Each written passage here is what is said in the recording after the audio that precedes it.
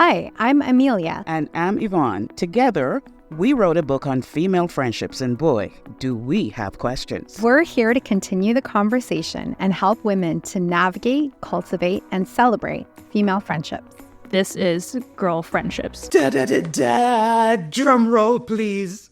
Would you believe it? This is our final episode. Emilia, should we have a moment of silence? We should have a moment of silence. And we're back. So we started this journey, and if you've been following us as from episode 1, you know, we started this because we met at a conference. Emilia wanted to write a book about female friendship.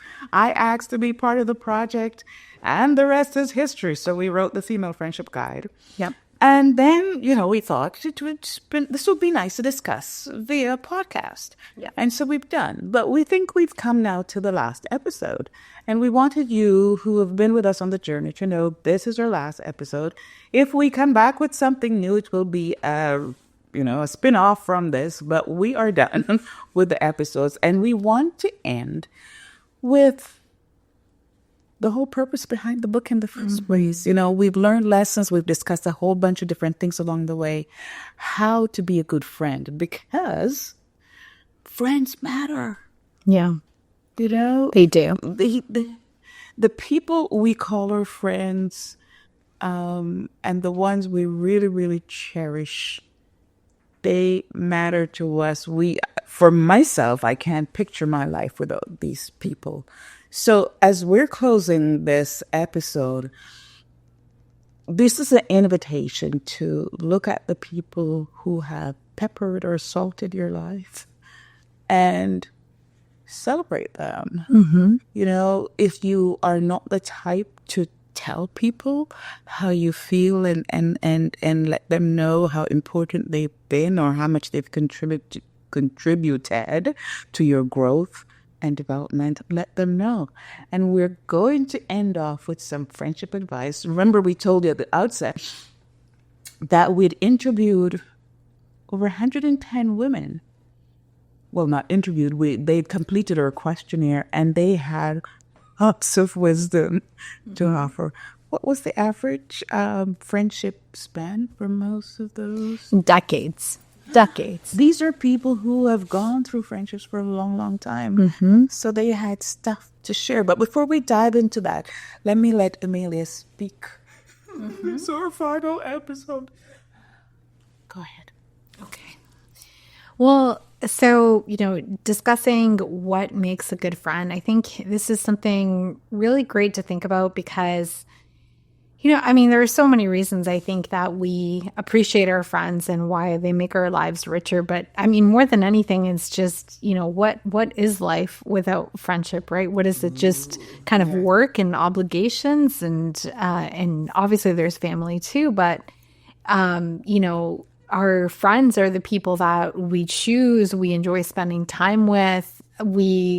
There's obviously something special about them if we have chosen to have them in our lives and it's not an accident. So, the number one thing that I think about when it comes to being a good friend is just being intentional, right? Mm-hmm. It's just being intentional. And what does that mean, right? It can. So let's go through it because our audience, the women who completed the questionnaire, they gave some of that advice. So why don't we start looking at them one by one? Sounds great. And then we can talk about, what does that look like? Mm-hmm.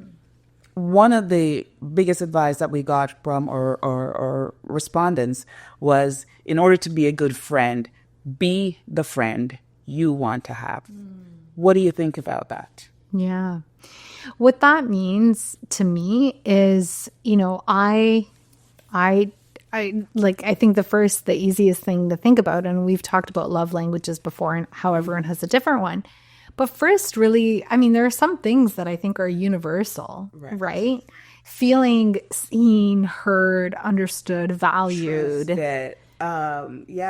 Forgiving. Yeah. Be the friend. If you want forgiveness, if you want love, reciprocity of attention, affection, Yes, be like any that of those friend. things, right? Thoughtfulness. And sometimes we think the be the friend you want to have means that I should do everything for you the way I'd want it done for me. That's not what we're talking about. Remember when we talked about love languages? Yeah. Jessica likes gifts as one of her love languages. And so while that's not the gift, the language I would gravitate towards, it's be the friend you want to have. So when I give her gifts, it may not necessarily be what I want for myself, but it's something I know that will please her. So the be the friend you want to have means that we pay attention to what our friends like, what matters to them, because that's what we want them to do for Yeah. us. Yeah. Yeah, absolutely. Captures. Yeah. Yeah. I think that's a great way. The next piece of advice is choose friends that build you up. How to be a good friend. So if the friend is not building you up, if you're not building up your friend, well, let's talk not so much about what the friend is not doing. It's really about how I can be a better friend or a good friend. Yeah. Yeah. So like reflecting on, immediately my thoughts go to, from my perspective versus me being a friend. Right. But I think in general, just knowing, right? Do you compliment your friends more than you criticize or kind of poke fun at them? Right. Do you actually point out when you think that they've done something well, or that you're proud of them, or helping them reflect or enjoy their accomplishments? So thinking about it from that perspective, right? Because I think that building up means it's the opposite of tearing down, right? And I think that sometimes, we can make jokes or cracks or criticisms at someone and ha ha ha, it's all in good fun. But it's like, I think, I don't know, I think it might have been the Gottmans that talked about the fact that, like, in order to sustain a good relationship, you need to have 5 good things, good interactions for every 1 negative interaction. Wow. Yeah. Because we do the negative stuff, like it sticks. One to override like 10 good, Yeah. And we focus a lot on the negative. They seem to hit us harder. Yeah. So build up versus, or be intentional about building up. Yes, exactly. And never in a fake way or some way where you're flattering someone, right? But also just stay aware of the fact that, if you poke fun or if you make little criticisms and things like that, then okay, great. Now where are the 5 compliments to balance that out? So there's that. Well, let me do a little segue. So, Jess, in this final episode, we're going to rope you in. The topic is how to be a good friend. So maybe think about, are there things you decide to do in your life to be a good friend to the people who are in your life in that category? And conversely, are there things they do to you that makes you think, oh, that was such a good friend? Well, the biggest thing right now is trying to just find time to spend time with my friends, because we're all at that stage of adulthood where life is in the way, bills need to be paid, and everything's expensive, and we're all just trying to survive, and everything costs $50 every time we go outside.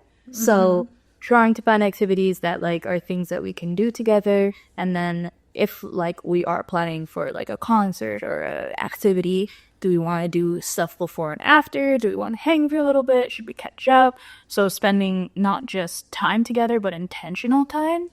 It's been a big part of continuing my friendships. And then for me, some of my friends are also my service providers for my hair or my nails. So it's we do also need to spend time outside of just our beauty appointments to have a friendship, because if the only time we connect is when I come to get my hair done or my nails done, then I'm going to only talk to you when I get my hair and nails done. So for me, is making the time to make sure that I keep up those friendships throughout. And usually I find, because I tend to be a chatty Cathy with my friends, I just send voice notes instead of text messages, because I'm like, I can get all of my thoughts out, and then if they need to listen to a 3-minute ramble, they listen to a 3-week ramble. But I don't mind, because if they do the same thing back, then I can go clean and I can do something while you're listening to them. with their lives. So that's been a big one. And then I think, like, for me, it's also just like my friends constantly remind me that I can reach out to them and ask for help. Like, don't feel like I need to live on an island by myself, because I do tend to do that, especially when I don't have money. So it's making sure that I am reaching out and talking to people. So even if I can't hang, I can still connect. Okay. Are there things that friends have done for you that made you realize in a deeper way that this person is truly a friend? Like, I can't think of any examples that I haven't already shared. But I think the biggest one is that, like, it's just constantly being reminded every time that I reach out that, like, they're there for me. Yeah, right. I hold my friendships really dear, but sometimes I don't always expect or assume that my friends do the same. So then when I see that reciprocated, it makes me feel like, wow, okay, these people actually care about me. It's not just... So it's about consistency more so than any one thing they say or do. It's just about the fact that every time you reach out or every time they reach out, like, you see that they are consistent. You see that they care. Yes. Okay. And the same for you? How do you see yourself being or trying to be a good friend? Yeah. How do I see myself trying to be a good friend? Actually, it's funny. I've also gotten into voice notes, which is kind of cool. Because, you know, when you're keeping in touch through text, sometimes people can't hear just kind of what's going on with you emotionally. Like, are you excited? Are you feeling a bit down? Are you... So I do think there's a beauty to voice notes and keeping in touch in that way, because you might not have time to call somebody, but, you know, just to kind of catch them up on something that's going on, or reaching out because, you know, you actually want to hear some words of encouragement, or you want to offer some words of encouragement, or whatever it is. So that can be a really nice way to keep in touch. But I think the number one way that I try to be a good friend is listen when my friends give me any kind of feedback, whether it's positive or negative. So if they say, wow, you know, I really appreciated when you did that, that meant a lot to me. Okay, I'll take note of that, right? Right. Or if someone gives me feedback and says, you know, it actually hurt my feelings a bit when you did this or when you didn't do this. So I think more than anything, I try to be a good friend by listening to what my friend is telling me and adapting. And so not always just kind of continuing on my way and doing things the way that I want, but also just responding and reacting to what my friends are telling me about our friendship. Right. And, you know, as you were talking, I was thinking about, because I have these, I think I said from episode 1, I have these friendship pockets. And because I don't have one single best friend, even though you keep telling me it's my brother, female friend, then it's managing these pockets. So pocket A, I do some things with, and sometimes when I'm discussing what I did with pocket A with pocket B group, they may say, oh, you seem to be doing a lot of things with that group.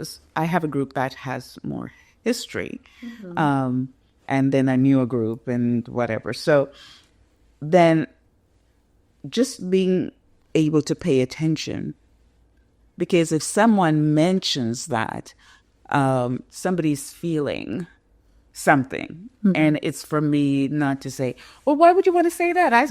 Like, you know, it's so many times I don't say anything, but I hear that somebody's saying, oh, I'm feeling neglected over here. And so without even saying anything, I will make sure that I reach out either to that person in that friendship pocket or the group and said, oh, it's time for us to have a little get together. because, usually if one person's feeling neglected, some others are too. So it's just being, for me, that's why I don't want any more friends. I'm just, dog sends them to me. But like it's managing and maintaining those friends so that everybody feels appreciated and loved. And that takes time and planning and energy. But it's just, pay attention. Keeping mental tabs on your friendships and just thinking about, when was the last time I reached out? Yeah, or people say things like this mess, even though they may say it like in a joking way, oh, I guess you don't have time for us, and you see the little head roll or then somebody's feeling neglected and don't go catching feelings. Yeah. But just say, oh, I haven't been here for you guys as much. Was there things you may want to do? And sometimes we're not good at sharing. We want all our relationships to be with that person and for them not to have anybody else in their stress. And some of that is just reassuring the person that you still matter. For sure. So that's another thing. Thank you, Jessica. Thank you, Emilia, for that. Jessica talked about time investment, and you did too. So, our respondents talked about that. They'd say time investment is needed. Just literally mentioned that friendships take time to be a good friend. And time could be taking time to record a voice note. You could do that while you're driving in your car or you're taking a walk. Just send a voice note and then whatever. Or, call the person up or whatever. Is this a good time to chat or taking time to compose? Don't forward me like. And I was just going to say, send a reel. Send a reel. That's you composed message. Those ones grind my gears. It's not so much I hate them, but it's like, if this is all your communication with me, let's stop it already. You're so funny. But we have to listen to our friends like Yvonne. And if she says that she doesn't want things forwarded, don't forward. And if someone says, and I've actually checked in with with some of my friends about the reels, and I said, by the way, if this is, annoying, or if you're not enjoying this, or just let me know. Just let me know if you find this valuable or if you find it irritating. No, I don't mind if someone sends me, because there's certain friends, when they send me stuff, I know they have put some thought into it. I just watched this or saw this or whatever. Some of it is funny. Some of it is just inspirational. And I know they're choosy. But there are people who do the everyday thing. Like, we were on a family listserv. I had to come up. I had to exit. Put me on your do not email list. Because it's just like, no, there's one person who kind of hijacked the whole thing and just started on this foolishness. Anyway, it happened. So, but on that note, sometimes ask yourself, sometimes reflect, am I doing this because it's fulfilling my need or my friend's need? Right? So I think that, if you're doing something consistently, like, it sounds to me like whoever was forwarding you the stuff, they were meeting a need of their own. They weren't trying to meet your needs or trying to be receptive or attuned to what you want. But that's exactly what I'm trying to say.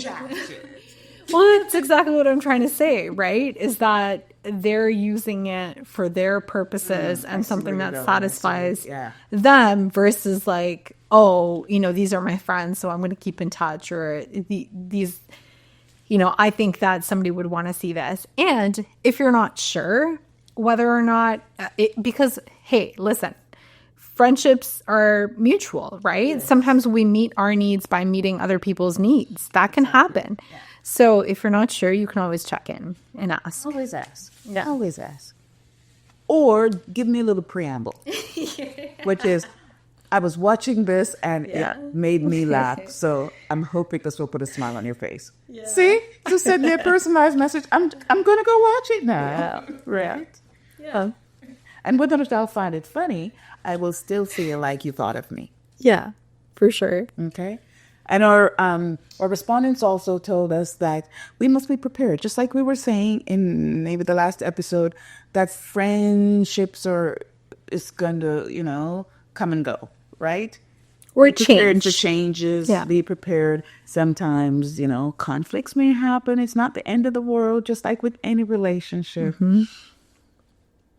Just be prepared for changes. So when the baby comes or the relationship comes or the relationship goes or whatever it is that's causing the change, or you move or you go to a new job, or you're going through a depression phase, whatever it is, to be the good friend means, trying as much as you can to stay present and invested. And if the person needs some space,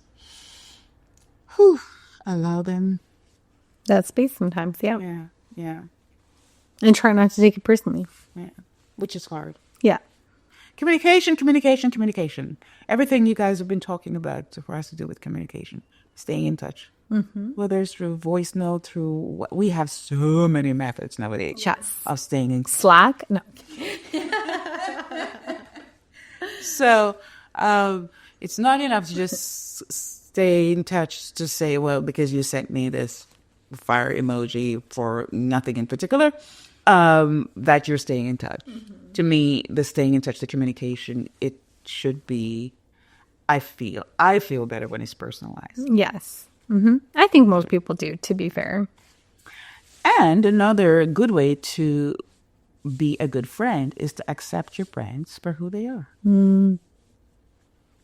Because even though I sit here in bellyache, and you've heard me over these last episodes about this is what I do and this is what people should do and whatever. I mean, all my friends are very, very different. And in reality, even though I'm griping sometimes inwardly, I am trying to recognize, right, this one values this values this. And I would love if everybody was like me, but then if everybody was like me, then a lot You'd of be us redundant. would be redundant. Yeah. Exactly. So think about not so much always the things that we have different that's bad, but the new things. Like there are friends of mine who are just spontaneous, or they're just good at laughing through things, and I take everything seriously, whatever. So they give me a chance to access that side of myself. So, there are days when I'm in a bad mood and I'll be cranky because they're laughing when I think this is a serious matter. But there are days when that same thing that is annoying to me today, is the thing that I just need to perk me up. Yeah. Yeah. And what it also makes me think about is just remembering what you like about your friends, right? So it's so easy in any relationship to kind of focus on what irritates you about that other person or your points of difference. Maybe you're super punctual, maybe they're always super late. But if you remind yourself, okay, this is why I love this friend. This is why I am choosing her imperfections, right? Because they come along with all of these other amazing strengths. That's right. And with the book around female friendships is really what it is. Like having the same gender, having periods, having menopause. There's something that is having babies, maybe. Yes, it's that to going through a pregnancy or the experience of it. There's certain things that we have by virtue of our shared gender. Is it the Y chromosome? The Y chromosome, or is it women? Which is actually anyway. I'm not a biologist, Yvonne. Just by virtue of our shared gender, Yeah.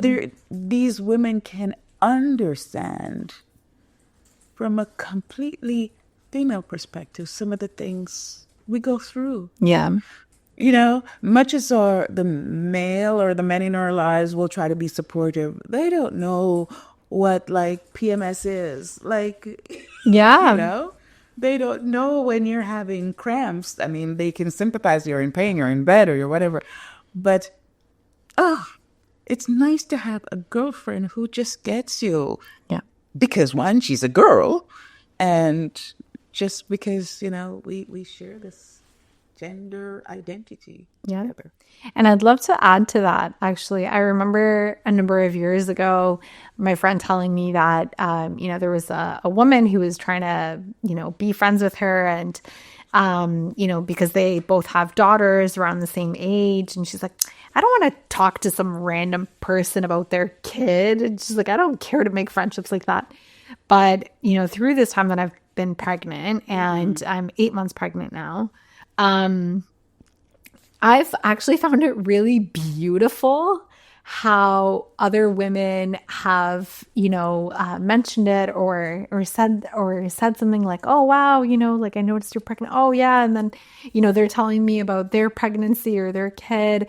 I actually love that. Yeah, I love that so much because it's like, yeah, like once you have an experience like that and it does. Somebody understands. Yeah. And I think it just helps us, if I'm going to go philosophical a little bit, you're not lonely on the planet. Yeah. Right? Because sometimes you have an experience, you think, I've got to be the only one going through this, and you get mired in your muck, right? And then you hear somebody share that, oh, you went through that? Yeah. And there's something about, oh, I feel so validated or seen or less alone or something like that. So exactly, that's the beauty of that. Yeah. And I mean, this in particular feels like such a massive transformation. And I can understand how a woman, even if she went through this 20 years ago, would reflect on it and it would, and want to share, and because it's just something that transforms you. And I'm sure there are other experiences like that as well. Heartbreak, universal, lots of different things. I don't know, falling in love with a narcissist, like, but there are just things you can share with another woman from a completely female perspective. Yeah. And yes, we are all different and we're going to come at this differently. Yeah. There's something about that shared gender identity that allow us to kind of go, hey, yeah, despite our differences, we do have a lot of things in common that brings this sisterhood. Yes, exactly. And so thank you for taking this journey with us. Like, we've grown. We've learned a lot. There are things that, you may think that we go through deep discussions before these episodes and we think long and deep thoughts about what we're going to say, but we've tried to let it be spontaneous and real. And we hope that you find something to take away from all of this and to celebrate. And be the friend you want to have. Supportive, loving, present, and a good sister. Yeah. Till next time, next never, just enjoy life. You've been listening to the Girl Friendships Podcast with Yvonne and Emilia. Thanks for listening. You can find us wherever you listen to your favorite podcast. Leave a comment, please, to let us know your thoughts. And come back next time for another episode of Girl Friendships.